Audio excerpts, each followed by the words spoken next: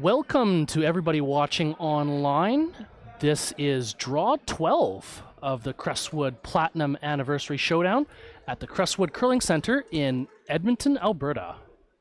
Our feature game tonight is Hlushak and Dunbar.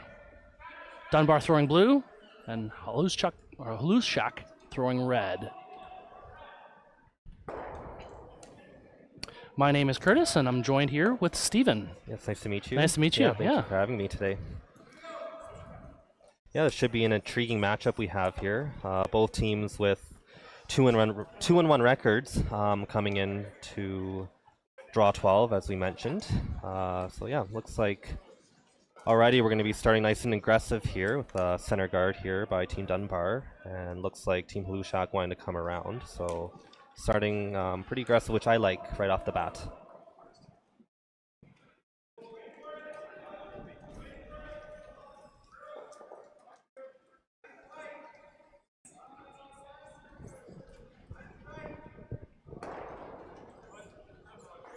And the rock is just a little heavy. Bites the back.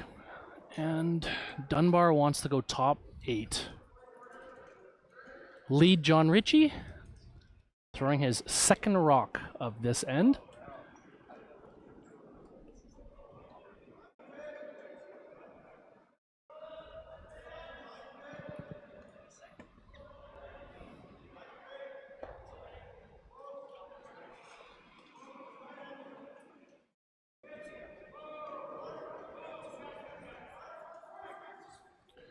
Sweeper's trying to drag it a little bit further, trying to get top 8. But they will settle for top 12. Not a bad shot. Yeah, I don't mind that shot. A little bit lighter than they wanted. I'm a little bit surprised that the first redstone, as we see, went back 12 and that blue one went top 12. Yep. You would think with their practice that both teams get, that with the raw, every throw for the most part is going towards the center, that they should have that weight dialed down. So whether it's a little lack of concentration or maybe just caught in maybe a different path than what they were throwing. Yeah. This one looks like it's coming in a little bit tight and just touches the top guard there. Yeah, it looks like the guard was on the center line. Was on the center line, okay. Yeah, Yep. so because it was on the center line and it was moved off, they the shooter, so the red rock does get removed from play, and that blue rock will go back to where they think it was positioned before it was tick rule. Bumped. Yeah. Tick rule, yep. Yeah, I'm a big fan of that tick rule. Really forces the player to be even a little bit more accurate. Yeah. Where before, if you were a little bit tight, you could get away with moving it off the center. So I'm a big fan of the rule. Team Dunbar, Andrew Gittins, throwing his first rock of this game. Trying to go around. Trying to get maybe top 4.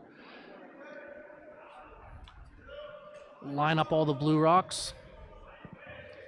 Sweepers like it so far. Yeah, it looks like we're getting some really good finish here so far, which is great to see. The ice has been fantastic all week. I've noticed that even in the later ends, the ice holds up. It doesn't break down, which is very nice.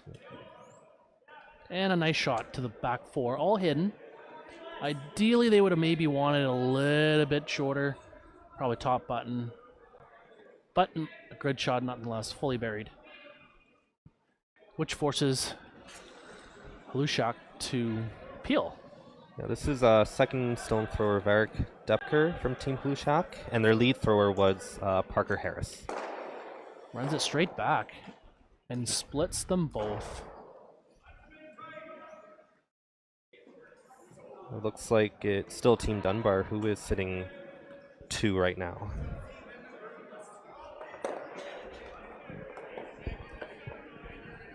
Andrew Dunbar calling top 8. Trying to get his team into a steal position here.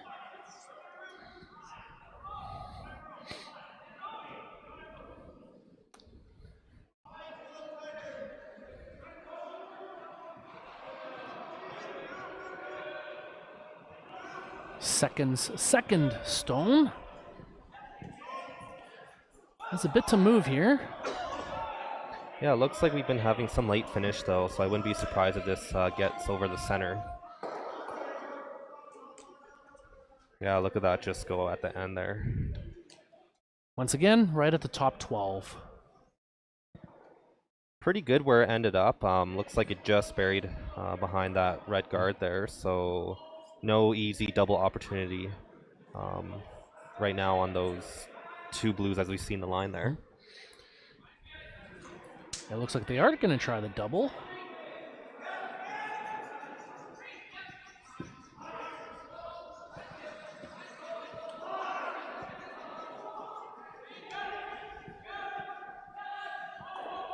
Third Jackson Hebert on the sweep. This one really close. He couldn't quite get by that upper guard.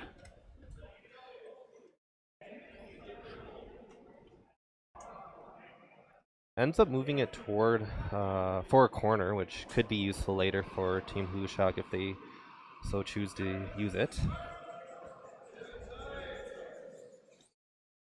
Team Dunbar third, Chris Kennedy, his first rock of the game.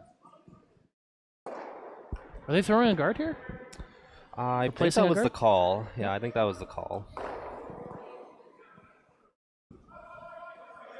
Yeah, I think it'd be a little bit too early to go in the house at this point. I think you're trying to delay it a little bit more by putting up a couple more guards, and then if it's still the same in the house as we see right now, then maybe making a move in. But I think looks maybe Andrew Gittins on the rock, trying to get around plan B.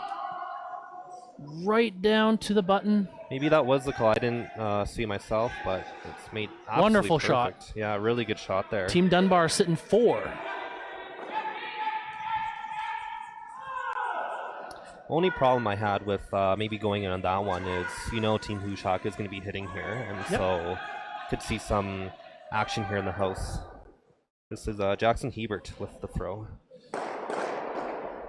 And he gets rocks moving. Removes 2 blue. Yeah, it's a really good shot. Looks like Hlushak is sitting second shot there on the top 12. They moved him all off the center. Mind you, there's no center guard anymore. Well, and the big key was there's no rock really in the forefit anymore, so it's pretty open draw now for Hlushak if they need to. And Dunbar is going to hit this red. Pretty content that he would be sitting 3.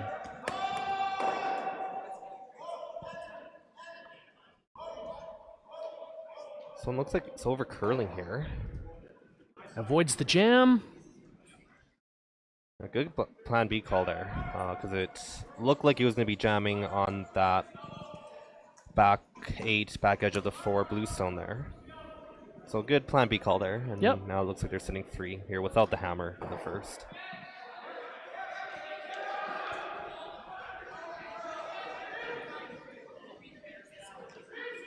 How aggressive would you be given this is the first end? Would you draw around those 2 blue? I think at this point I like what they're calling with the double here. I think it's go for the blank. Go for the blank. You don't really know for sure what the draw path is going towards a corner this early into the game. And Jackson Hebert on his second shot removes 1 and slightly rolls out. Still biting, but Dunbar is still sitting 2.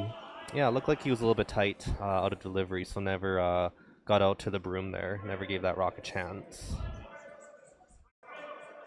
See how aggressive Team Dunbar gets here and where they want to place this stone.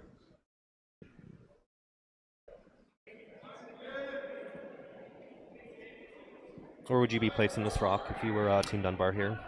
I would probably put it top 8, just over top of the one in the back 4. Reason being, if they come and corner freeze it, you got something to straight raise and try and pick it out. It also gives you separation, and it would avoid a triple, right? You could have a double, a run back double, but it would avoid the triple. Yeah, it looked like they're going to call for around top 8 on the opposite side. Opposite side, yeah. Which I don't mind either. Maybe make one of the doubles pretty tough, for sure. So, and I think at this point, if you're Team Dunbar, you're okay here if you're forcing Hlushak to 1 as well. Yeah, I would be pretty happy in this position. Yeah. You're sitting 2.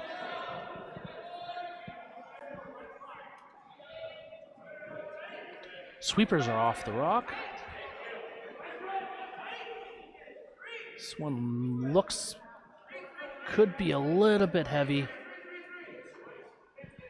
And Jackson Hebert sweeps it out of the house. Does it hang around? It hangs around in play. Could be a potential jam, depending on where Peter Hlushak.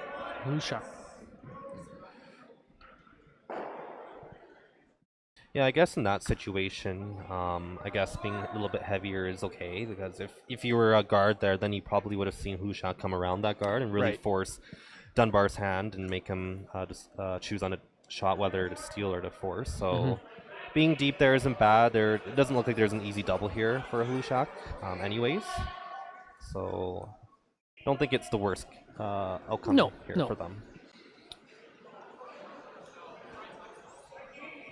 Hlushak looking to hit the red and potentially spill the shooter in.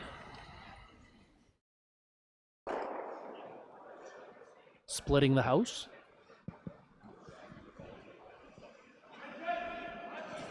Peter with his first rock of the first end.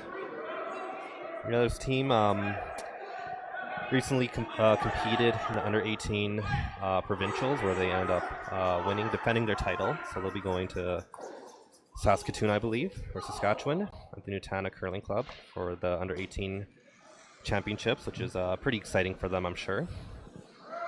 Not quite the shot that they hoped. It overcurled a little bit and took out their own and actually promoted the blue. So Dunbar has a second chance to place another blue in the house.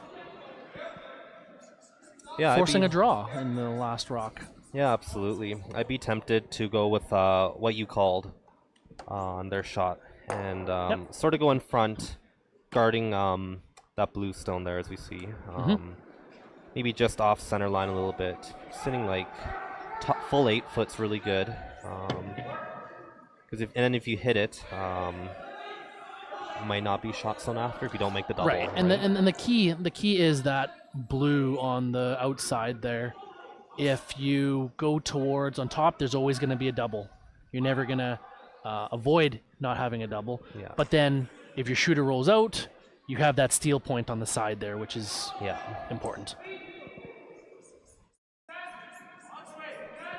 Dunbar with his last rock in the first end.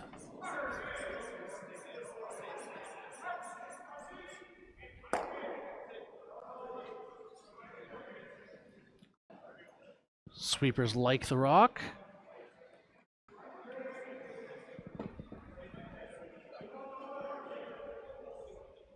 They're carrying it right to the top 8. I don't think you could have put that rock in a better spot. That's a great spot. Yeah.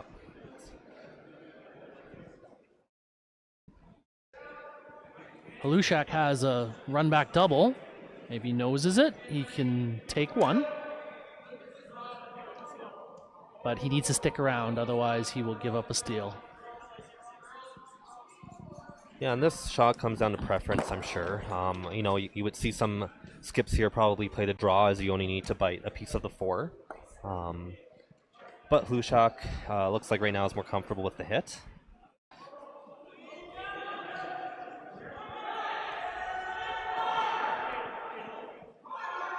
Sweeper on it early.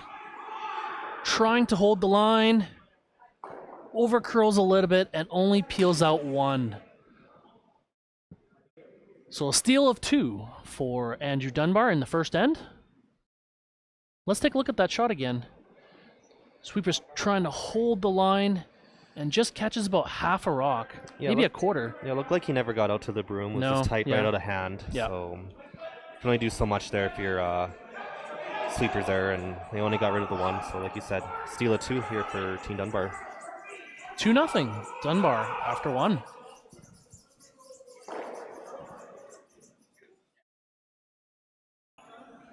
Both these teams are from the Crestwood Curling Club, located in Edmonton, Alberta. For those not in Edmonton, Alberta, comment in the live chat.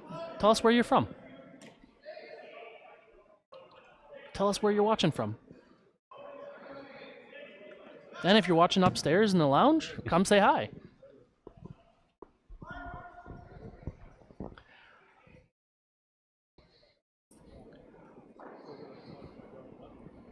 Like I said, both these teams are from Edmonton, from this club. They didn't really have to travel too far for this event, but that doesn't mean that they don't have sponsors to support their season, going to events all over Alberta and Western Canada.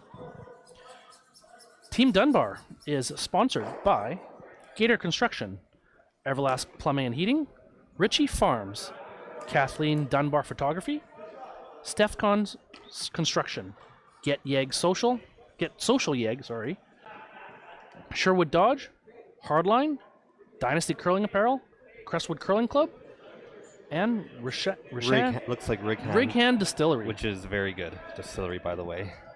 I've never had them. Very good. Very good.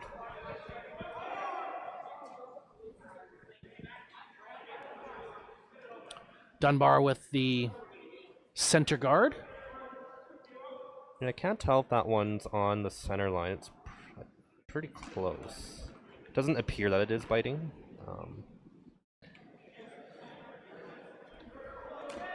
Hlushak with a high corner guard.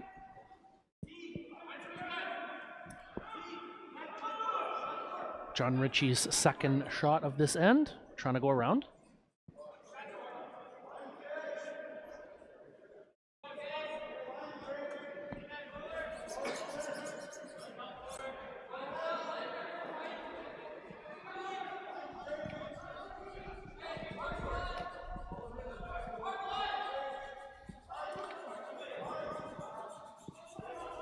Thank you for watching, Lisa, from Oliver, BC.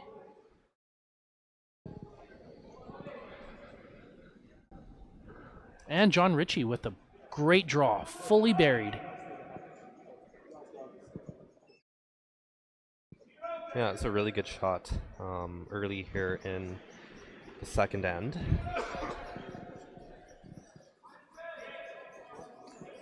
A little surprised that Hlushak maybe isn't putting up a tighter corner guard on that same side, or even just coming straight behind. Yep. But maybe they're going to go around on their next shot, maybe delay the process a little bit.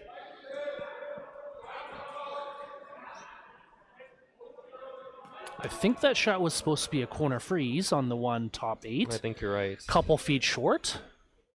Line looked okay, just a couple feet short. And Dunbar elects to go around his own top 8 rock.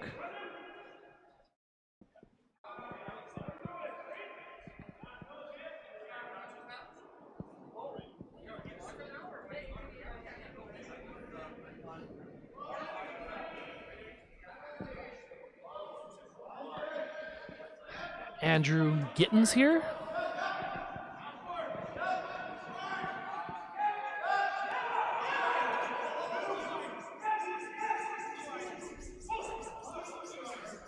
Sweepers like it.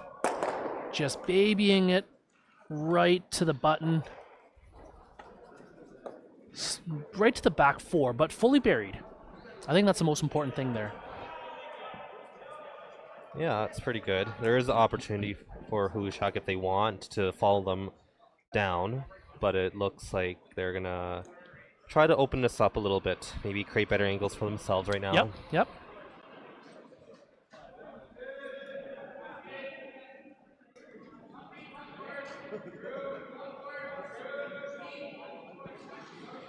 Looks like they're just going for the straight peel here. Trying to open it up.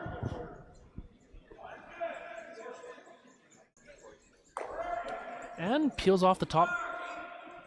Blue. Doesn't quite get out. Was probably just a hair wide,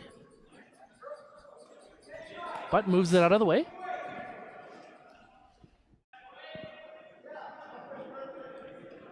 And with no hesitation, Dunbar chooses to put it back.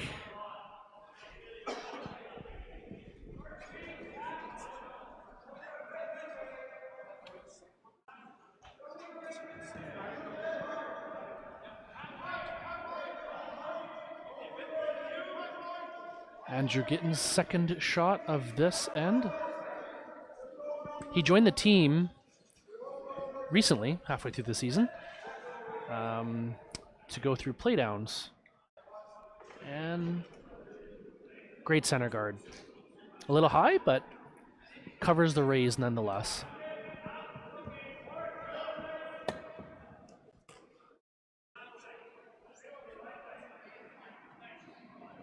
Yeah, it might be a little bit too high though. It looks like they're going to try to Go around it. well, even just try to move that top 8 stone just off, right? And because right now the only drop, not an easy drop path, but if they can open it up a little bit and maybe use the 2 centers to their advantage later on in the end. Yep.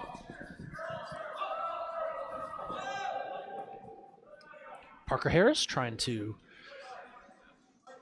curl the rock a little bit more. And chips out the blue. Well, not quite. Still in house and in play. Yeah, sitting back edge of the 8-foot. Probably a little bit more heavier than they wanted to, which made it run a bit more straighter. They would have liked to sit around there. And so this just it gives Team Dunbar an opportunity to make an even better one here. Yep.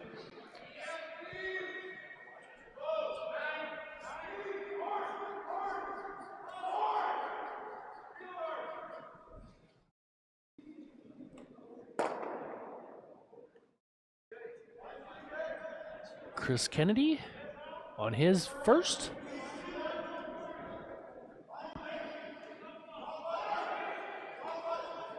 This is close. Yeah, looks like it's really This is starting to close. finish right around the hog line in. Yep. It really starts to Yeah, it starts. move in. Yeah, it starts about 5 feet before the hog line, but really cuts at the hog line. Great shot, right to top button. Yeah, that's a really good shot there.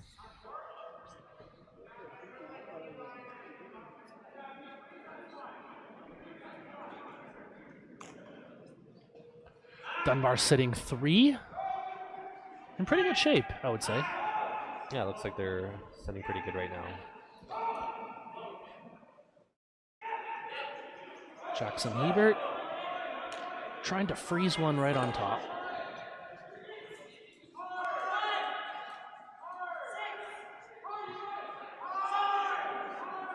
Sweeper's going really hard at this. Can they get it by?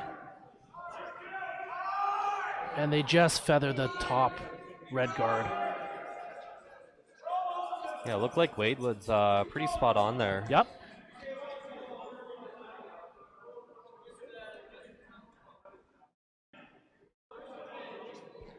It's close to see who is sitting second shot. Looks like Andrew is calling it that. They are sitting 2 still.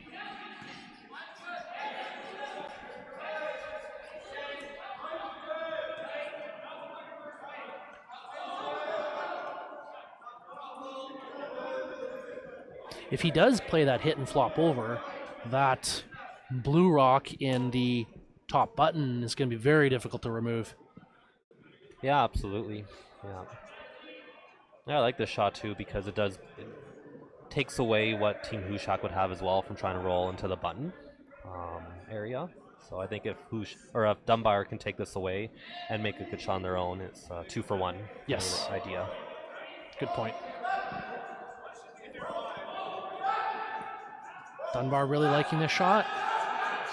Line is close, and great flop. You know it's close when they're calling on and off. On and off, yep. You know it's pretty much made. So that was really good shot there. Good team shot. Good team shot. That shooter that just flopped back button there, that one's not going away for a couple shots at least now. Yep.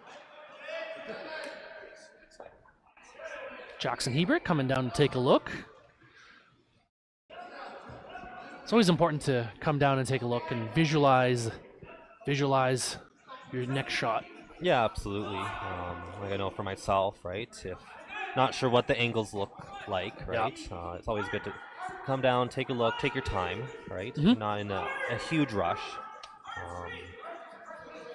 And it's always good just to be on the same page with the skip as well, right? And trying to see what you're trying to accomplish as well. So.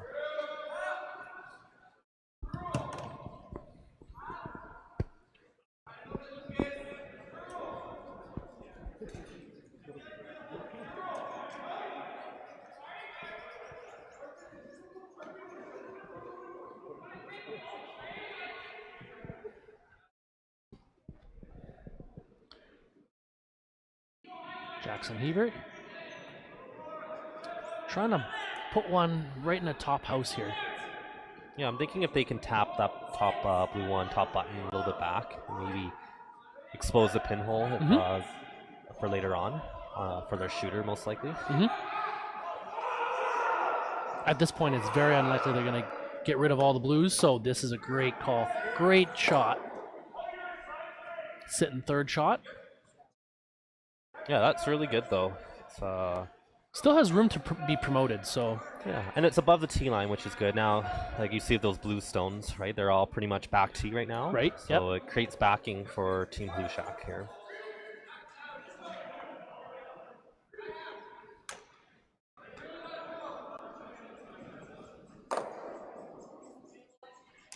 Now, Steven, would you throw a guard here, or would you corner freeze on that red? Now, the corner freeze is a risk here. I like putting up the guard. Yep. I think, like you mentioned, if you tried to corner freeze, like it has to be made so perfect. At least with the guard, you're guarding anywhere in the hole there. You're pretty much okay. Right. Yeah, and it looks like there's nothing on the outturn side either. So I think this is the right call, putting up the guard, if that's what they call. Looks like it, yep.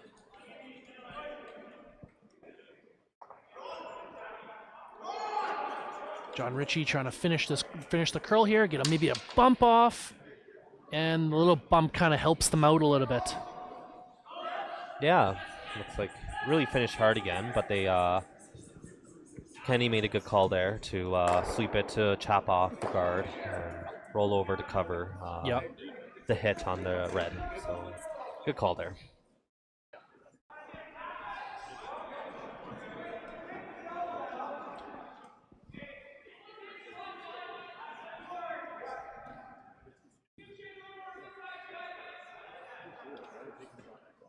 Peter looking at trying the outturn draw.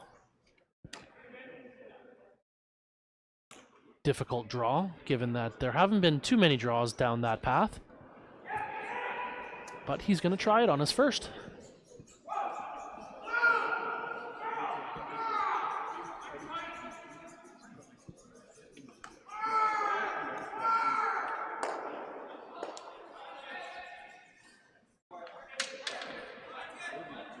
Yeah, this shot's almost an all or nothing shot here. Because if you don't make this perfectly, we'll probably see Team Dunbar probably put a guard on this outturn side as we see. Yep. I'd almost be tempted to play the double peel on the blue and red there. Yep. Yeah, if you run back the blue. Yeah, and even if you run it back straight onto the red, right? Yep. Something good's probably going to happen there because that red. The danger is that you could, because there is some separation between the red and the blue, you could spin off that red. So I think that is the fear there. But this rock is looking very nice, coming right into the button. Beautiful draw. Maybe just a foot heavy, half a foot heavy. But he is second shot. Yeah, I still looks like blue is sitting 2 here.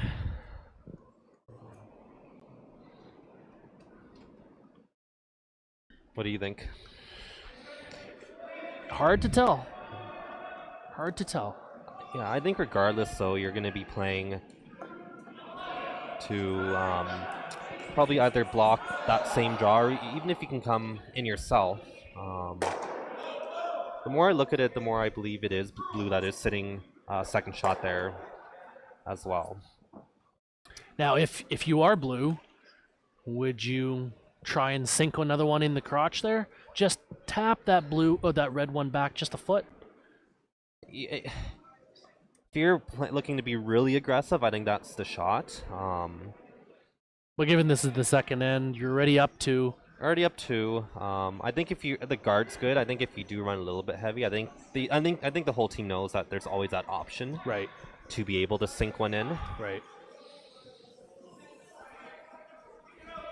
Dunbar with his last rock of this end. Andrew Gittins with just a clean. And they start picking up a little bit here. It looks like they're going to be trying to come in here. Yeah. John Ritchie trying to get a little bit more curl out of this rock. And just bumps that rock just a little bit.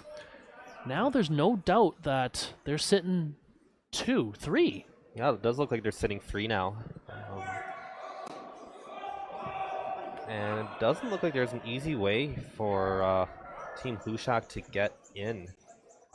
They, once again, did like a 2-for-1 there. They ended up getting in, but they also blocked that out-turn draw path that he threw in his first. Yep.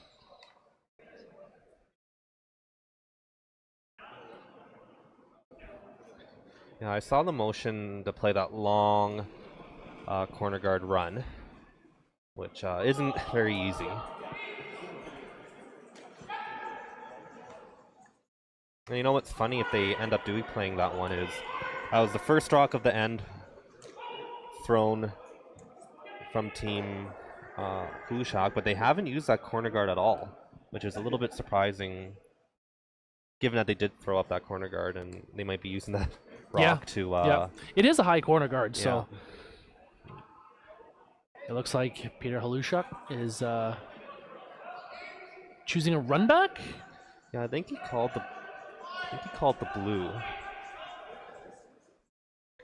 Looked like he called the run back that center blue, the one right beside the red, into that top 4 red as we see. Not an easy shot, but if they do make it though, I do believe that Hlushak will be shot stone.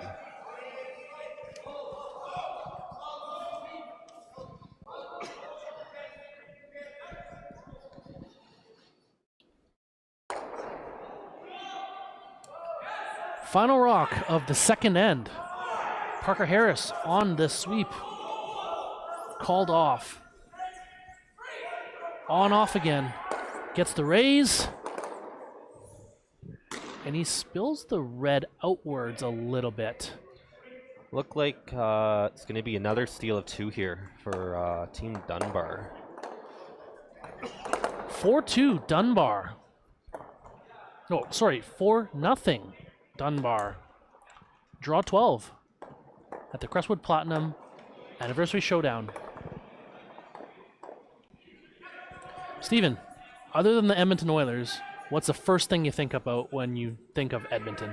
Has to be West Edmonton Mall. No That's doubt. right. The West Edmonton Mall is one of the sponsors for this event. It is North America's largest mall with more than 800 stores and services. There are 2 hotels and over 100 places to eat. Wow, thousands.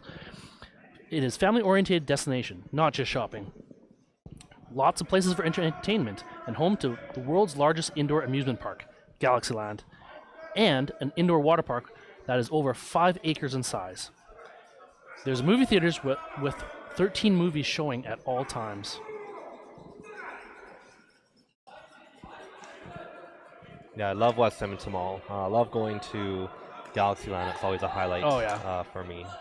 I went to West Edmonton Mall on Boxing Day, crazy enough. I went probably a couple days after Boxing Day. And, I was there in the morning, and actually Andrew Dunbar, he messaged me and asked me what I was doing, and I said I'm having lunch and asked him to join, and he tried to join, but he couldn't find parking.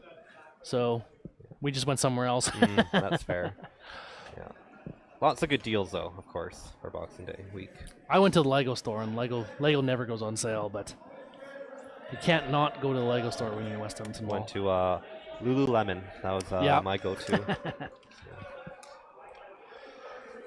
All right, like I said in the first end, both these teams are from Edmonton. Both curl out of the Crestwood Curling Center. Team Hlushak's sponsors are Chili's Industrial Services, NAR Environmental Limited, Tony George at Allstate Canada, Torchlight RV Park, Goldline Curling, New Path Health, Kingston Ross Pasnak, and Norbreg Financial. Sponsors are essential for teams' travel, hotels, entry fees, training, right? Yeah, absolutely. And, With like you mentioned, all the travel, teams got to eat, they got to sleep somewhere, right? Yeah. And so Sponsors always help. they're always needed, and they always help for sure. Yeah, essential part, because these athletes could not curl in these competitions without sponsors' support for sure. Yeah. Third end, John Ritchie's second rock. So I gotta ask you, so seen back-to-back 2 steals for Dunbar. Team Hlushak, it doesn't look too good on the scoreboard, but like, what's your mentality going now to the third end here? Yeah, I think honestly you need to there's some execution that needs to happen. I don't think that they're making terrible calls. There's just slight misses here and there, right? Perhaps maybe a couple calls where you ask yourself, what would happen if I'm wide? What would happen if I'm light?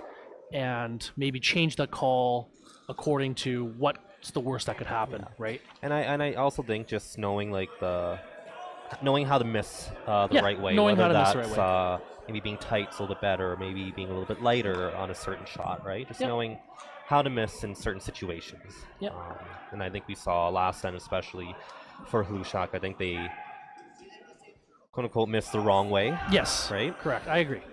They're a young team. They're definitely learning, and definitely bright futures ahead. Absolutely.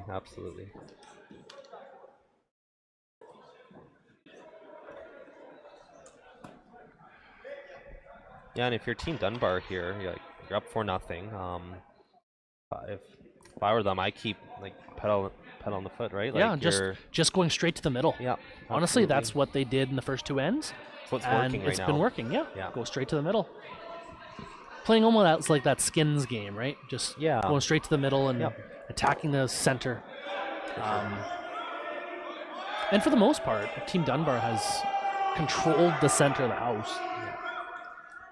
One thing I did like with Hlushak there, they did try to use the corner guard. They did come up light, but and they did. There is a hogged rock. Yeah, you don't see that too often. The hogged rock.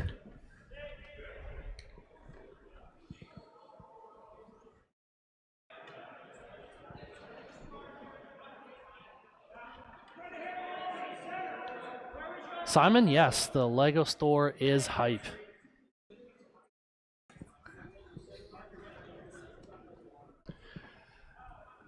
Thanks again to everybody who's tuning in. We are at the Crestwood Curling Center in Edmonton, Alberta. This is Draw 12, featuring Hlushak and Dunbar. Both teams are 2-1 in their respective pools. And this is actually a crossover game. So they're in 2 different pools, but they already played the round robin in their pool, and this is their last round. Well, I wouldn't say round robin, but last non-playoff game crossing over. Yeah. Little unfortunate miss there. I like their call of trying to hit off the center blue and roll behind the corners. Did over curl, unfortunately, but they did get rid of a blue. Yep. Looks like a double peel attempt here on the 2 red corners here. Dunbar up 4-0. Just trying to play a little defense here. Little speed wobble coming out of the hack.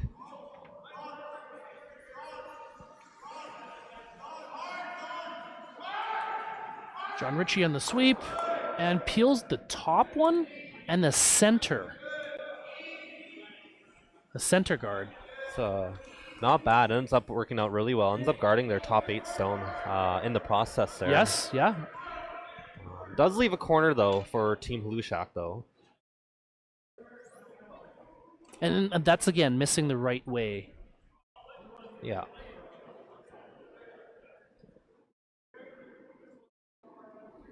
Looks like Hlushak, looks like they've called to come around. Probably corner frozen on the top 8 blue. Yep.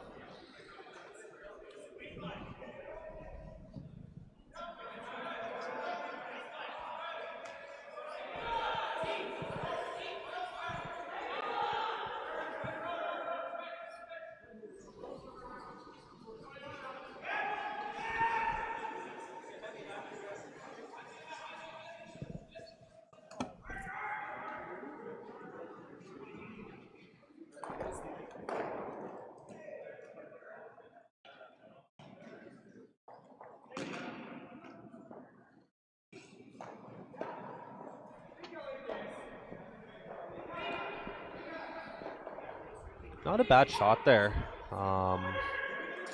for Team Hlushak. Maybe came up a couple feet light, but does get about a quarter buried behind that blue.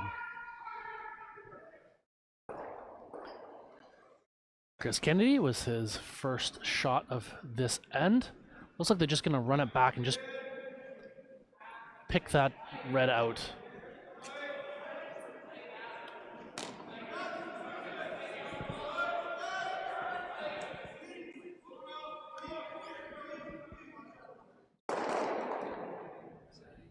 And that red rock is gone. Pretty good They shot also, there. yeah, they also even kicked over the red guard. Looks like Hlushak is going to use that blue corner now. Yep. Which for them, they need to start getting some redstones in right now. Because for Hlushak, you probably want to score at least 2 here in the third end.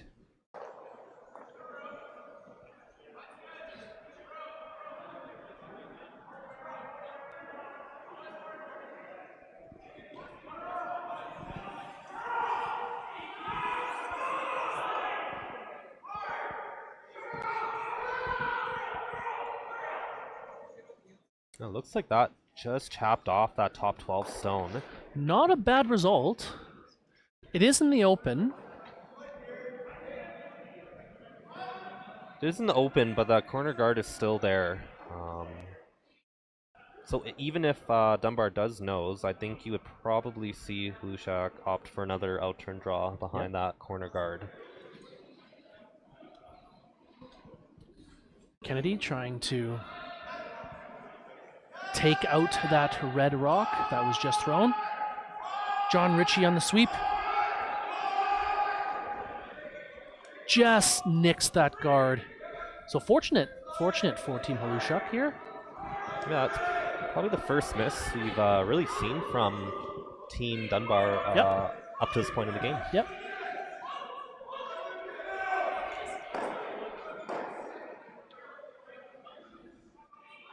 Yeah, so it is Dunbar sitting shot stone top of the 8 with Hlushak sitting second edge of the 8 there. Is it too early to split the house? It is, but they still second- have to worry about that top 8 stone as we see still. Most likely Team Dunbar will be hitting that open red one if they're not guarding it up. Yeah. Yeah, that's why I think, given that this is the Jackson Hebert second stone, splitting the house might be nice, and Dunbar would have to choose which one to hit, and you trade a couple rocks, and then on your final shot you go after the shot rock for a deuce. But it looks like they're trying to open up the center here.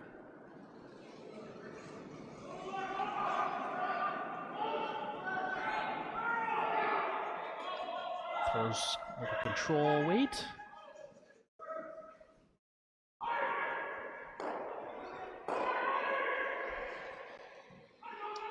Looks like he rolls in That's just not a bad shot. behind that top blue. But that top 8 stone is behind a stagger now. Yes. Which, and the angle for the red on the blue is it is there. It is. So it's not bad for both teams. Like for Team Hlushak, that like you mentioned, that red. It looks like it does go onto that top 8 blue, but it's also good for Dunbar because that blue is hidden behind that stagger right now. Yep.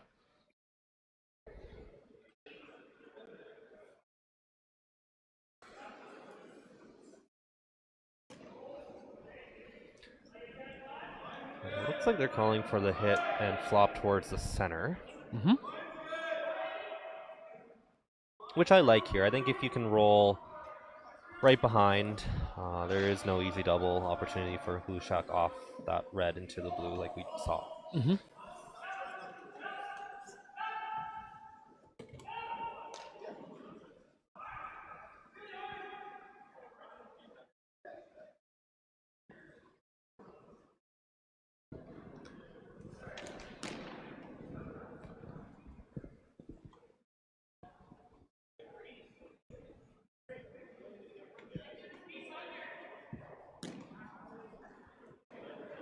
Andrew Dunbar's first shot of this end.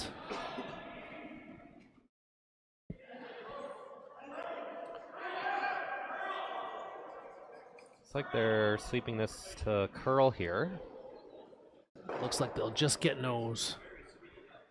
I think that's okay. I don't think there's a double attempt, as it is flat and it does look like that blue one there that was just thrown is a little bit lower than the other blue. Yep.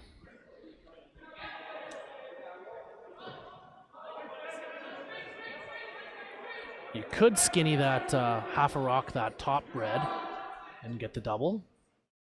Not an easy shot. No. Looks like they're calling the hit under the center, like Team Dunbar tried to do there. Okay, yep. Which I think is good too. Again, if you can make it back there, it'll be pretty hard to get out with that cluster in front. Yep.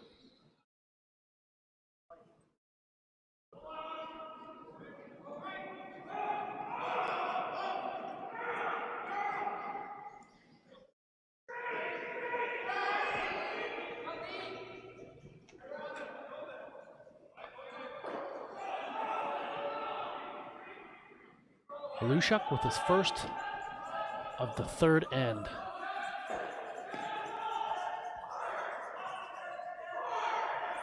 I think this one's close. Really This starting one's to curl. very close.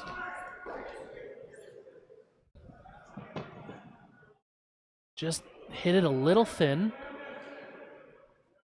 Does stick around though to sit third shot. He does have hammer, so Dunbar has to be careful here.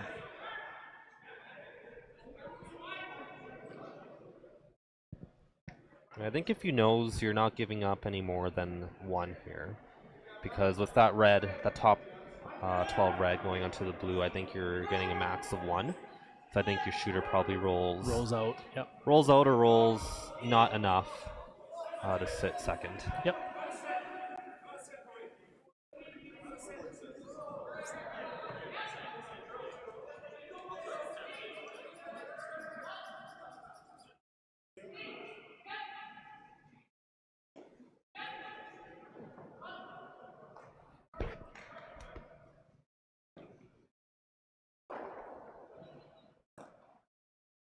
Final stone for Team Dunbar for this end.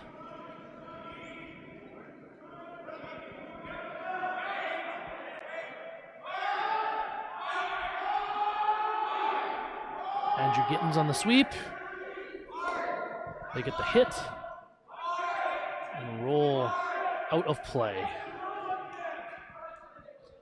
So it is Dunbar's sitting shot stone, but it does look like Hlushak will have not an easy opportunity, but an opportunity for their deuce here in the third end.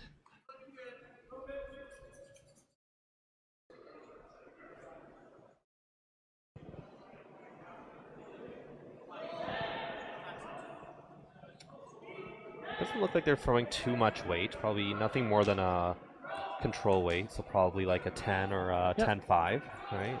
You do, like you said earlier, you want the shooter to stick around, right? Maybe even spin in the top 12. Yeah, I think it's definitely there to spin in. So we see the final stone delivery for Team Hlushak in the third end of play.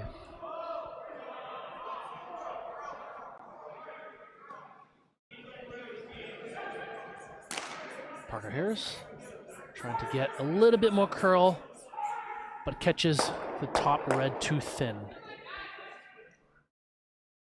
And after 3 ends, it is 5-0. Team Dunbar draw 12 in the Crestwood Platinum Anniversary Showdown.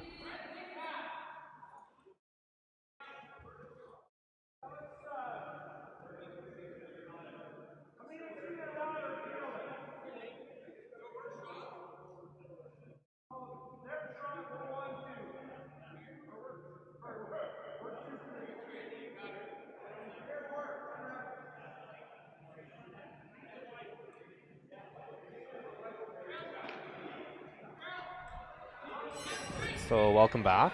We're going to go over some updates here, I believe.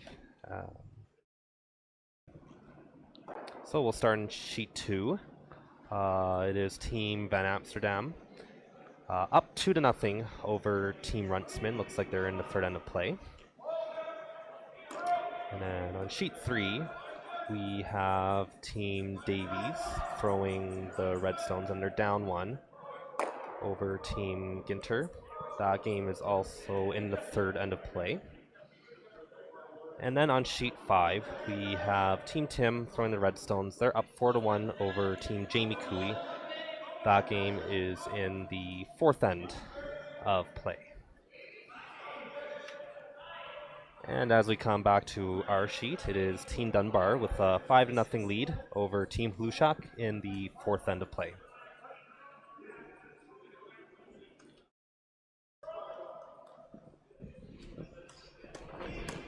So we see another steal again for Team Dunbar.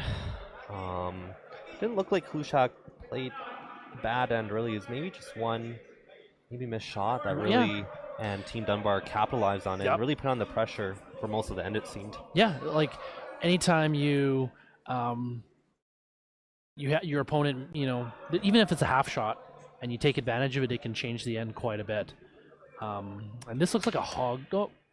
No, just made it past. Another high corner. Yeah, I think if you're Team Hlushak here, I think it's just taking it one shot at a time, one end at a time. Yep. Again, you're looking at the scoreboard. It is 5-0, but there's still lots of game left, right? You still have 5 ends left to get back, right? So again, just one shot at a time. Even if you can score 2 here, I think that just changes the morale for the team, right? Oh, absolutely. Looks like right now they're seem a little bit low, right? Again, they just gave up another steal. All the scores for Team Dunbar have been steals up to this point. So I think if you're Team Hlushak, just trying to get 2 here, and just play one end, one shot at a time. Well said.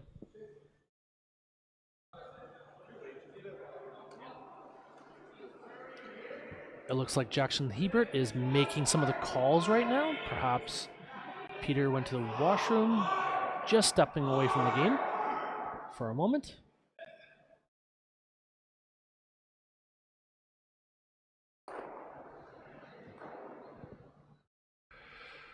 Calling a second corner, this time tighter.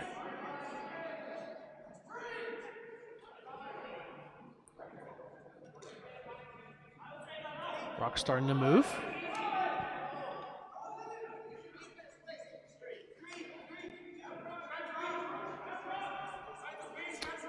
So are you a fan of the stacked corners, or do you like seeing one on each side? Honestly, I think that if you need to score, stacked corners are important. I prefer that. Yeah. Just because that's more guarded on one side. You can maybe sink multiple rocks on that side. Whereas if you have one on each, you're kind of splitting the house a little bit too, right? Yeah, I think you see the stacked guards more when you're down a little bit more versus if you're down maybe 1 or 2. Yeah, exactly. Yeah. And the game has changed over the last 5 years or even just a couple years to, you don't really see the 2 corner guards much anymore. Yeah. Well, again, it's the 5 rock rule now, right? Yep. Which has been in play for a little bit now. Yep. And then with the center line guard rule, right? Tick rule, yeah. Just, again, the game's evolving a little bit. And even in the slam coming up, we are putting in a trial rule where if a team has 2 blanks in a row, then the hammer switches. So they're even trying something out different there. So again, the game has just evolved so much over the years, and it's happening at a pretty quick pace. Yep. I remember when we were, this was probably 2011, 2012.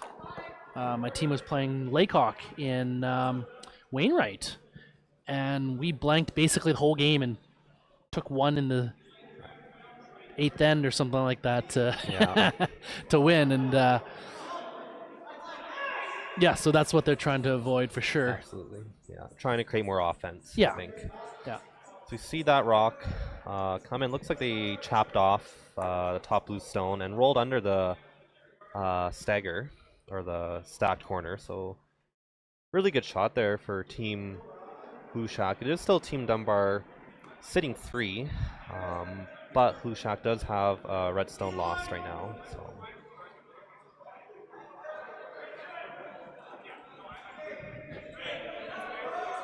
Chris is trying to advocate for a center guard.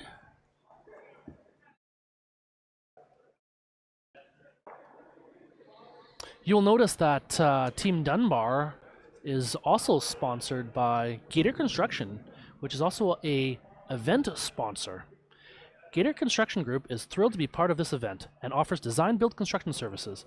Gator also has concrete restoration, coating, and hydro demolition robot divisions and services all Western Canada. Head to gatorbuilt.ca to learn more.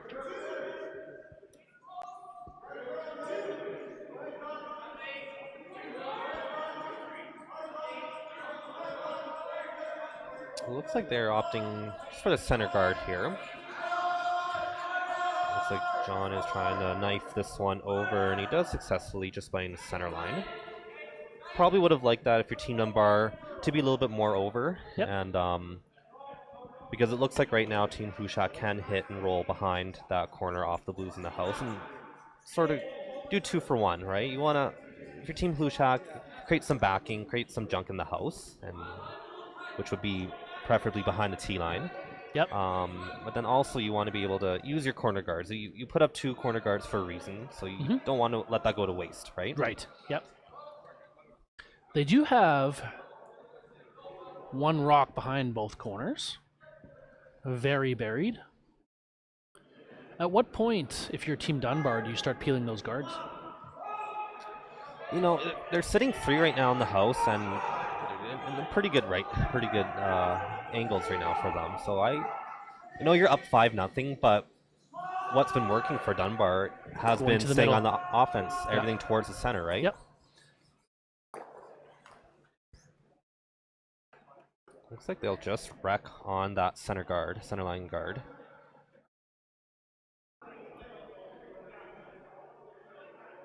And Dunbar doesn't hesitate to throw up another center guard. This really shows how Dunbar plays usually. So it looks like, again, you're up 5-0, but looks like they're a team that doesn't let off the gas, very aggressive. right? Very aggressive team. Where you probably see some teams probably peel something, right? Yep. Keep it open. And again, that just goes to each team's maybe strengths, weaknesses, Yep. how they like to play, Yep. right? Good point. When I played with Dunbar back in 2015, one thing I did notice is he makes his calls fast. There's no hesitation in his game call. He's a very experienced skip. He played for, well, he won Alberta U18 back in 2007, I believe. And then he played juniors, Alberta juniors here and there, and was actually quite successful. And I think in 2017 onwards, he played for Scott Webb. And they played in a couple slams. So, Yeah. I mean, Team Dunbar is a good team. Yeah, absolutely.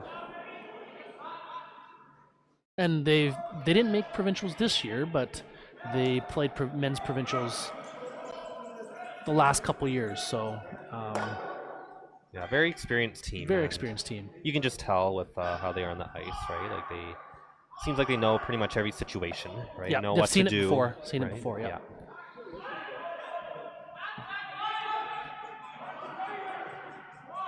So it looks like they're trying to come through intern port and tap those blue stones back. Didn't quite get enough curl. I don't think that shot really was there. That's not a bad shot, though. They do end up splitting Yep, the result wasn't terrible. 2 reds. So it is still Dunbar sitting 3, but Team Hlushak is sitting 4, 5, and 6 stones. So if Hlushak can get rid of those blues, then Hlushak could be in for a big score here.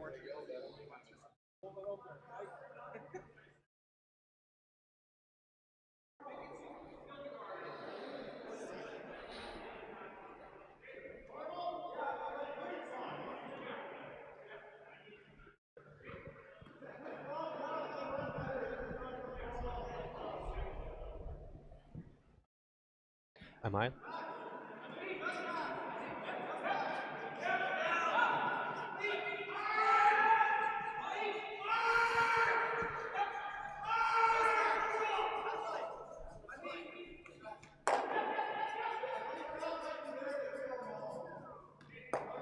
So it looks like Dunbar is opting for the hit and roll off the top 12 stone towards the center and really junk up that center, which we just mentioned before. Yep. Has really been working for Dunbar up to Yep. this point.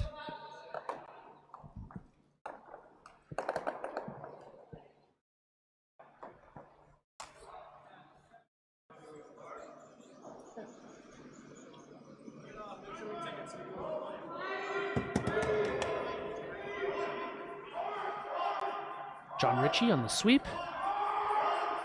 Trying to carve the rock a little bit more. That's a really good sweep. He really made that curl there. Very good team throw. Looks like it's still going to be Dunbar sitting 3, but that is one other blue stone towards that center and hard to remove if your team Hlushak.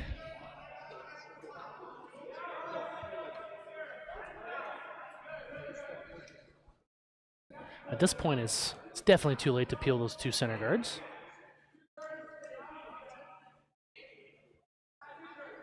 But they have to get a rock in there somehow. Yeah, absolutely. Perhaps a freeze on one of the rocks and as a setup, but then Dunbar would just... Looks like they're running in the corner guard here. And kind of like he hit it too thin, looks like. Yeah. And just goes over top of the blues in the house.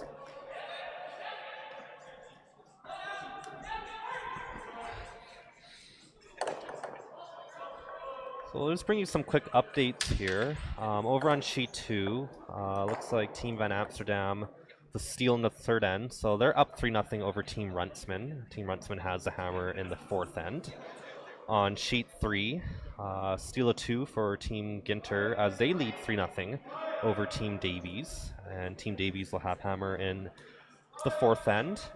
And then all the way over on sheet 5, looks like Team Jamie Cooey got forced to 1 in the fourth end. So there's Team Kevin Tim with a 4-2 lead, and they will have the hammer into the fifth end to play.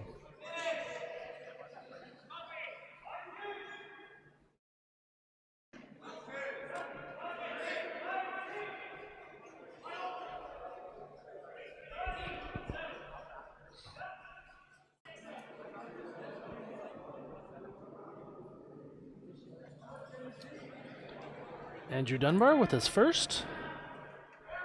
Are they throwing a guard here? With that ice, I think that's what the call is. They're already sitting 3, and I don't think you want to put another one in and maybe create some sort of triple opportunity for Team Hlushak here. I think you're sitting pretty good if you're Team Dunbar here.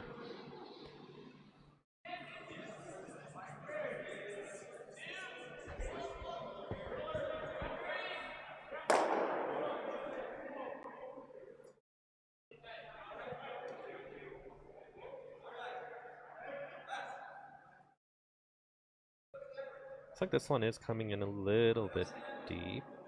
No, it looks like it stops in a really good spot there.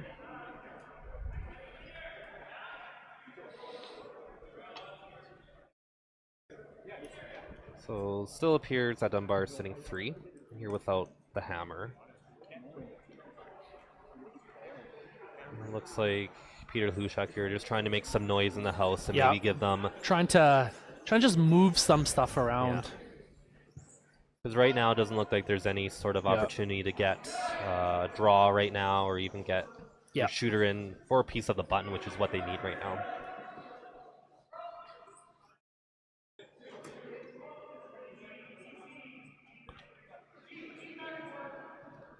Peter Hlushak throwing some heat here, hoping for a little bit of damage control.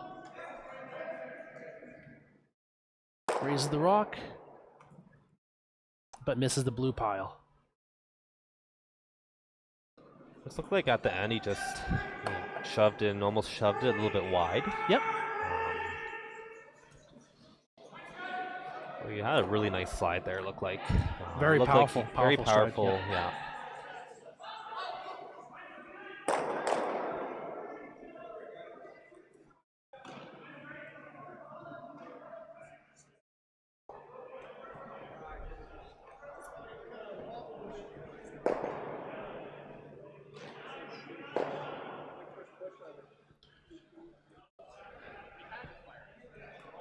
I don't really see a shot right now if you're team Hlushak, other than maybe coming off your own red and hitting and rolling to bite the button. Yep. For the most part, Dunbar has controlled most of the front of the house, the control zone, and that's difficult. When you're, when you're chasing, you try to throw up corner guards, but then your opponent goes right to the middle, and it's very difficult to control that zone after a while, right? It's a timing thing, when to attack the control zone. Yeah, absolutely.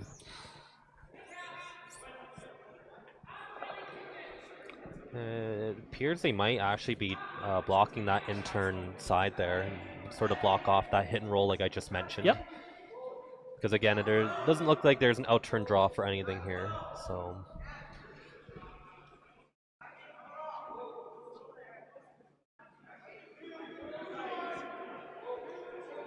Andrew Dunbar with his final rock of this fourth end.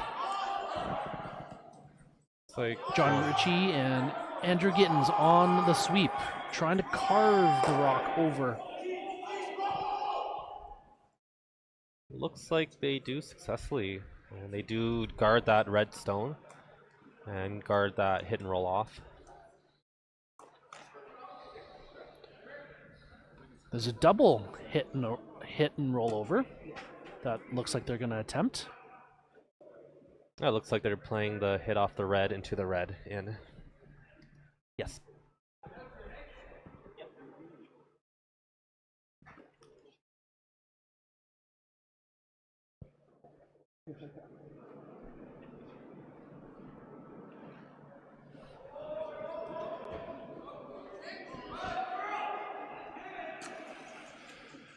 Peter Hlushak with his final rock of this fourth end, trying to come off his own and hit another one of his into the button.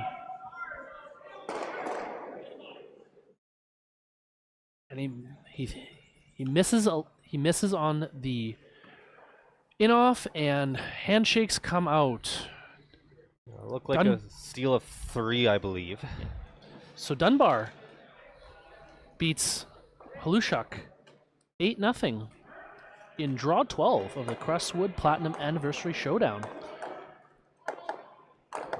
So we're not done here. We're gonna shortly here move over to sheet 5 action, and in that game is Team Jamie Cooey versus Team Kevin Tim. But before we get there, we are going to take a short break, and we'll be back.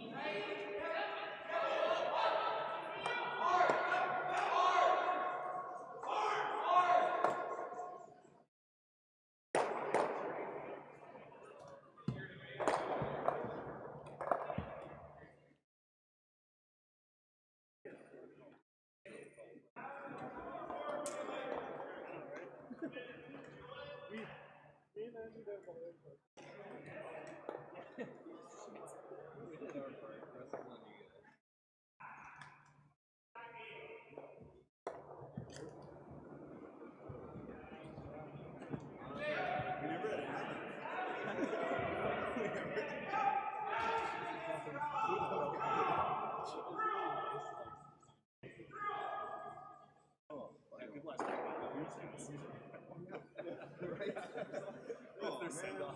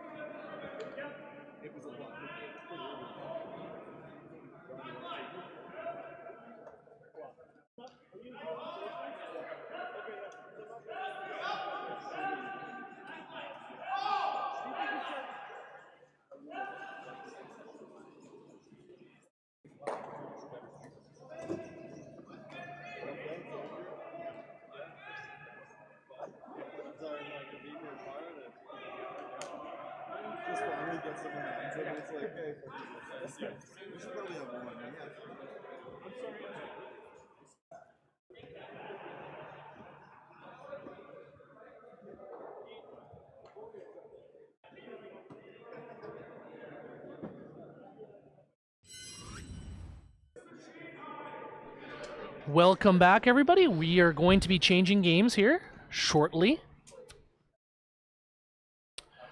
Thank you, everybody, for watching.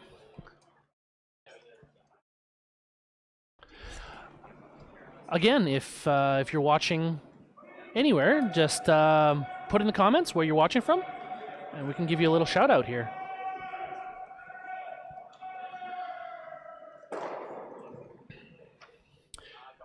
This event is also sponsored by Bassett Petroleum. Proudly supporting this great event, Bassett Petroleum Distributors Limited is a Northern Aboriginal-owned company serving communities across Alberta and the Northwest Territories. Specializing in bulk fuel, transportation, petroleum, and lubricant distribution, Bassett is committed to delivering reliability, safety, and top-notch service in the harshest conditions. Bassett Petroleum is more than a fuel supplier. They are part of the community.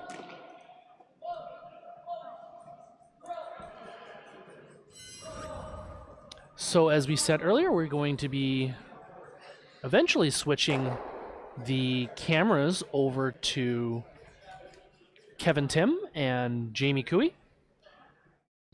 Yeah, it looks like they're down to skip stones. First of the skip stones in the 5th end of play here.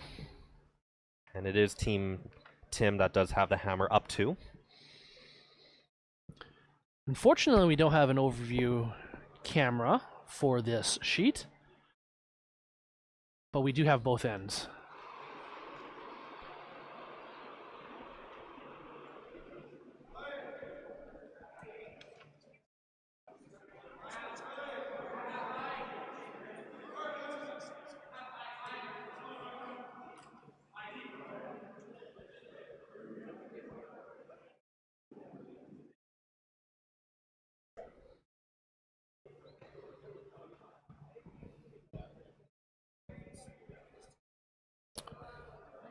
Hi from Saskatoon, says Leigh Shelley.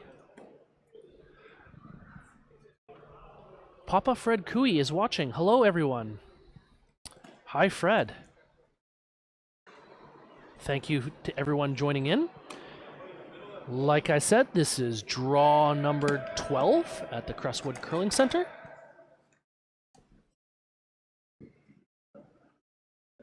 The Crestwood Platinum Anniversary Showdown. Earlier in the day, we had the women's final between Selena Sturmey and Corinne Brown, with Selena Sturmey winning the women's final. We will have the men's final, men's playoffs actually, all day tomorrow.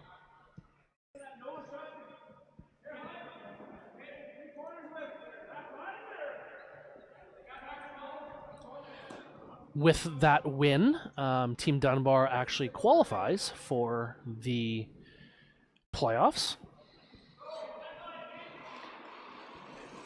Yeah, so coming into this game, both teams are at 1-2 records coming into this game. So important game for both teams here to try to get to 500 here and at a 2-2 record, hopefully.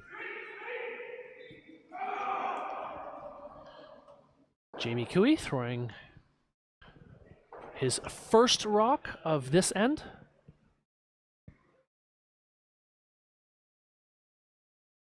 And yeah, a reminder, the playoffs are on tomorrow with the men's semifinal at 9 a.m. Mountain Time and the men's final at 12:30 p.m. Mountain Time.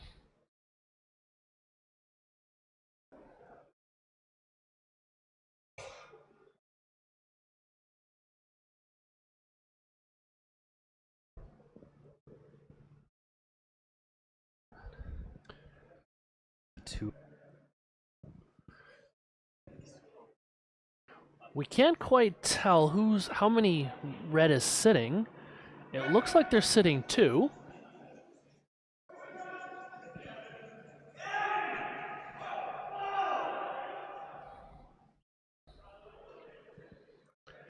But we have Kevin Tim throwing his first of the fifth end,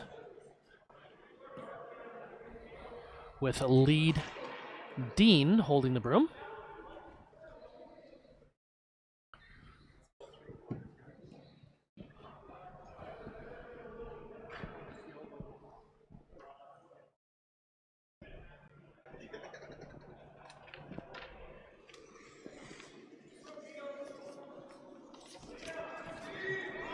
So it looks like they're playing a hit on the top 8 stone on the right side of the sheet. So an out-turn hit for Kevin Tim.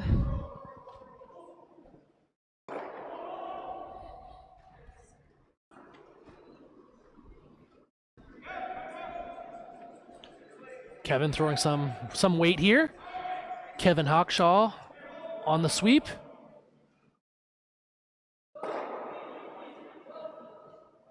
Hits, and the red joins the pile of other reds. It looks like there is a blue one hidden behind, maybe back button area. Again, hard to tell, but it is a lot of red in play for Team Tim.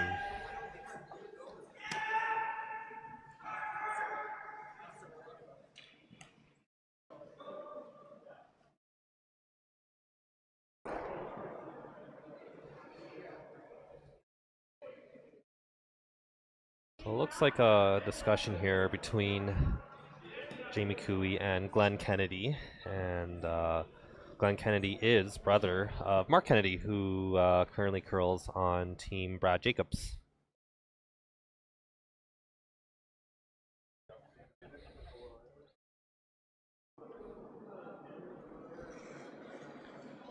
So it looks like he's going to be playing an in-turn hit or some sort of tap here.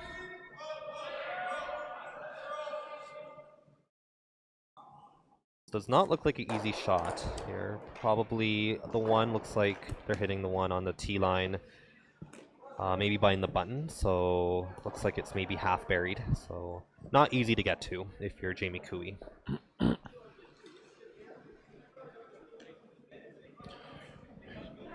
Jamie Cooey with his last rock of this end. Looks like they're sweeping it to curl. It looks like he's playing the taps on the top of the house, and just jingles the rocks all around, and it looks like red might be sitting one.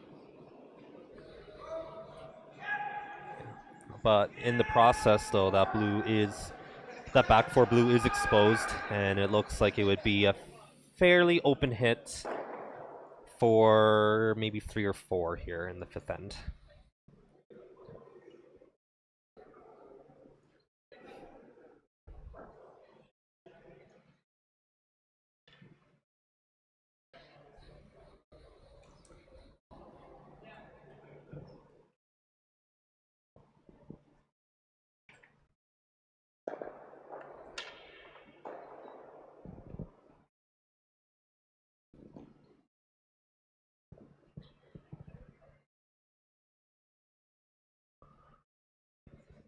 Final rock of this 5th end.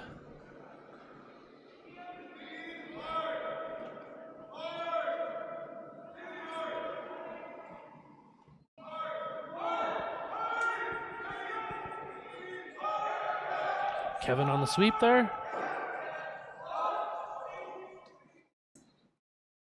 And it looks like he'll make it no problem.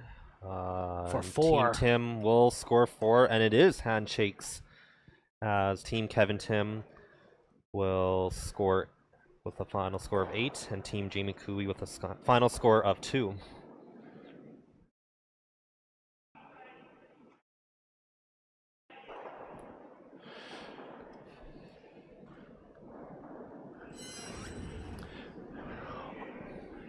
So, all right, everybody. Thank you for tuning in. That concludes our broadcast for this draw. I just want to mention a couple more sponsors for this event. Everlast Plumbing and Heating. Everlast Plumbing and Heating is a proud sponsor of this event. and support our local community. With over 13 years of experience servicing central and northern Alberta, we are dedicated to providing safe, reliable, and top quality plumbing, heating, and gas fitting services. At Everlast, we're committed to ensuring both client satisfaction and safety on every project. Your trusted choice for all things plumbing and heating.